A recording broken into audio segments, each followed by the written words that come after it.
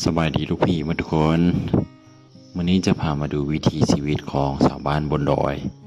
กับกิจกรรมที่เอิ้นว่าสักเข้าให้เนาะทุกๆปีช่วงนี้ชาวบ้านบนดอยก็จะมารวมตัวกัน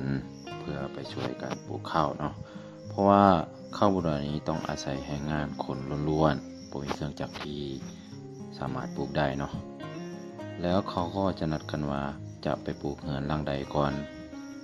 แล้ววันต่อไปก็จะวนไปช่วยอีกหลังคาเฮือนต่อไปจะเฮ็ดแบบนี้จนกว่าครบทุกหลังคาเฮือนเนาะวันนี้ก็เป็นวันสักข้อให้ของลุงของคอยเองเนาะก็เลยมาช่วยกันหลายคนเลยซึ่งการสักข้อให้หรือการเอาให้งานกันมันสนุกกว่าที่คิดหลายเท่าเนาะเป็นจังได๋เฮาไปลุ้นเบิ่งนำกันที่สนุกก็คือมันบ่แม่นแค่การเอาให้งานกันเนาะก็คือเจ้าของให้ต้องได้เกียมอาหารแซ่บๆเครื่องดื่มประเภทเหล้าอีหยังจังซี่เนาะแล้วก็จะมีการขับร้องเพลงของชนเผ่าเนาะพอฮอดตอนสวยทุกคนก็จะมารวมตัวกินข้าวนำกันเนาะกินอาหารบ้านๆแซ่บๆเนาะบอกได้เลยว่าบรรยากาศแบบนี้หาได้ยากเนาะแซ่บบ่แซ่บแซ่บไปสักข้าวให้เมื่อยดิมือไกลนะมือไกลคนไหนก็เขาบอกว่าคือเก่านะว่าคือเขามันเกี่ยวมันยังกับความมากเลยมาไหมใช่หรืออ๋อ มันยังกินข้าวแม่กินเถอะมาได้มาอย่างเดียวเลยจริงหรือกี่ตัวนี่เราอาจจะได้สำเร็จมั้ยกินนอกก็ได้เนี่ย这都肯定还无条件哦。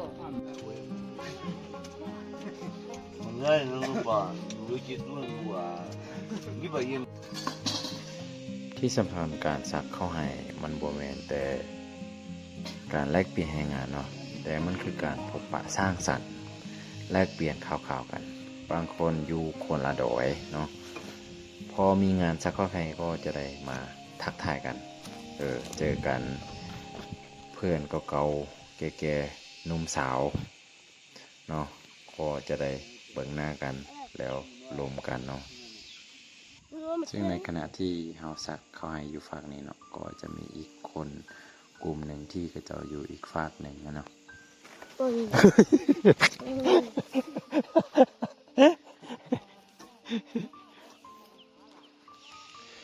และไฮที่เฮามาเนี่ยเป็นไฮที่ไกลที่สุดในหมู่บ้านแล้วเนาะ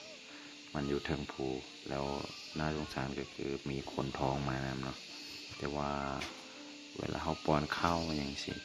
คนท้องเขาก้มได้จังไดก็บ่ฮู้เนาะแต่ว่าเขาก็เฮ็ดเวียปกติเห็นบ่และอากาศวันนี้ก็ค่อนข้างจะพันป่วนพอสมควรนะบัดยังมีฝนบัดยังมีแดดโอ้ยสลับกันไปมาเลยเนาะคนสักเขาให้ก็งุดหงิดกันนะ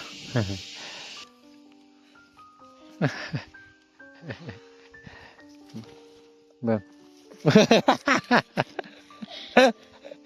เบิ่งโอ้ยเนาะสูงนิดนึงเนาะเบิ่งเบิ่ง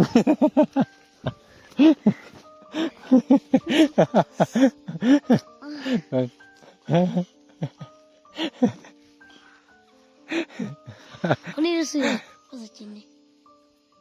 นี่ว่ะกับ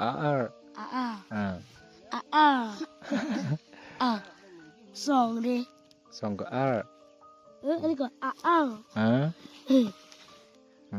那女孩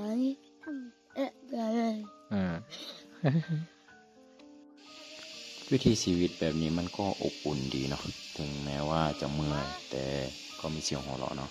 มิตรภาพที่ดีก็อาจจะเกิดจากสิ่งเปื้อนพวกนี้ก็ได้เนาะส่วนลูกพี่ท่านใดที่มีโอกาสขึ้นดอยนะลองไปแจมเบิ่งครับมองว่าประสบการณ์นี้จะบ่มีวันลืมแน่นอนเนาะสุดท้ายนี้ถ้ามักคลิปแบบนี้ก็อย่าลืมกดไลค์กดแชร์กดติดตามให้นะขอบใจทุกท่านที่เข้ามารับชมเนาะ